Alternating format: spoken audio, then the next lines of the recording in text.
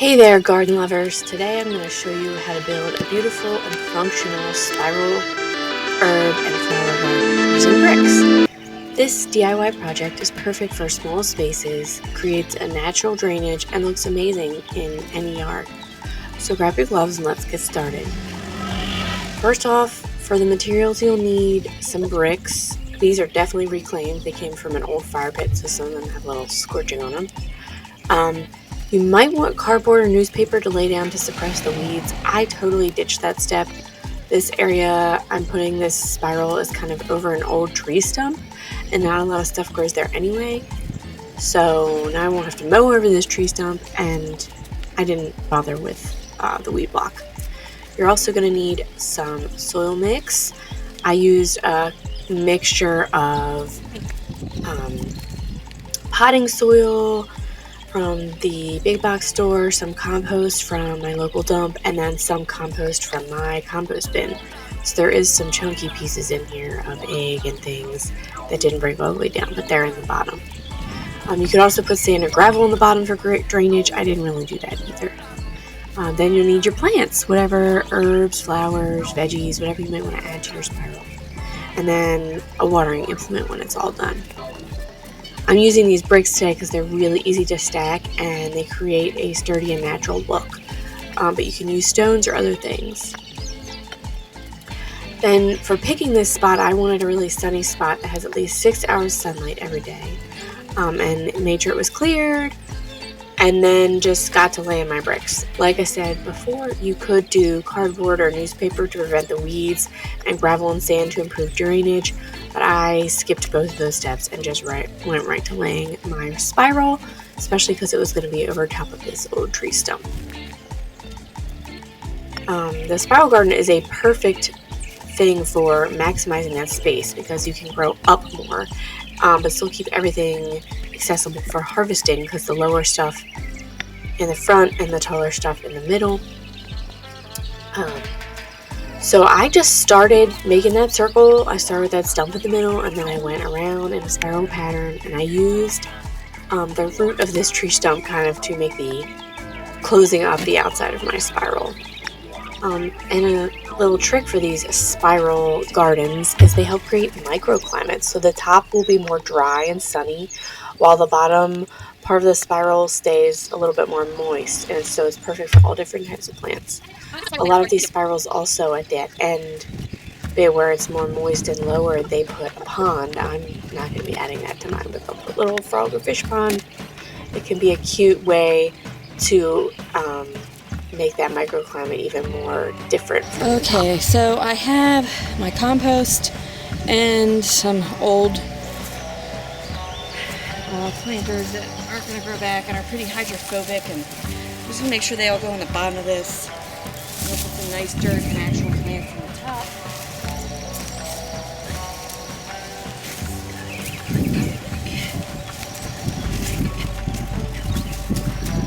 So I started, made that center circle, stacked those bricks. I think I did about 3 bricks tall, and then it went a little bit lower as I went around and out. And I staggered them slightly for stability, so I didn't use any mortar or anything to stack them. These are very easy just to take right apart and redo again. But as I build it up, I'm creating natural layers for planting different herbs and flowers. Then I filled it in with the soil, and then we're going to get ready to do some planting. I wanted some herbs. I only have lavender so far, but I might add a rosemary in here or a thyme.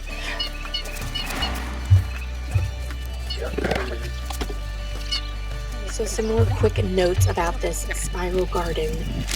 They are very aesthetically beautiful with the curved rising form of spirals, how it mimics the shapes in nature like snail shells and sunflower seeds and galaxies.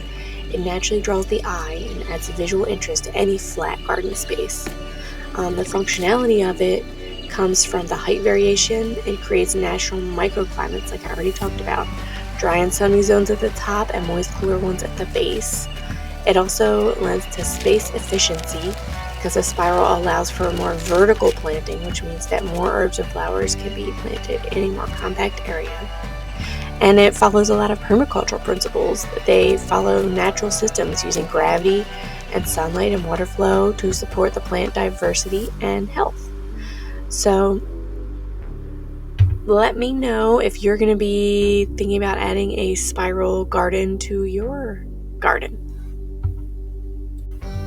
Those herbs, the rosemary and lavender and thyme and sage and such, they do better at the top where it's drier and sunny. And then in the middle, you would put other ones like basil, oregano, or chamomile that like it moderately moist. And at the bottom, things like mint, parsley, cilantro, and marigolds like get moist and shady.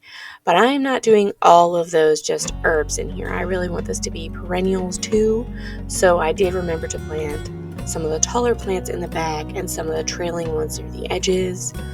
I did wind up getting a few different perennials, one herb. I plucked a calendula from my section that I've been growing.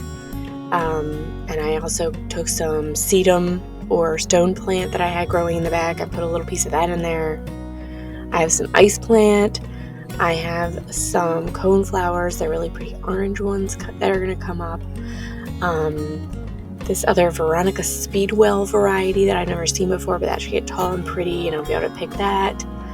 And I did put some pansies in just for some pops of color right now. They are not perennials. They're only annuals, but they look nice. And then I got a good lavender in here. And I left the middle open because I am going to be putting something. I wanted either a peony, that's a perennial that always comes back, or a rose. I'm trying to decide what to put in the center. If y'all want to weigh in, give me some comments on this video and let me know what you think I should put in the center. But as far as watering and maintaining this, you definitely need to water deeply but less often to encourage strong roots. And I probably will add some mulch around the plants to maintain the moisture and to keep the weeds down.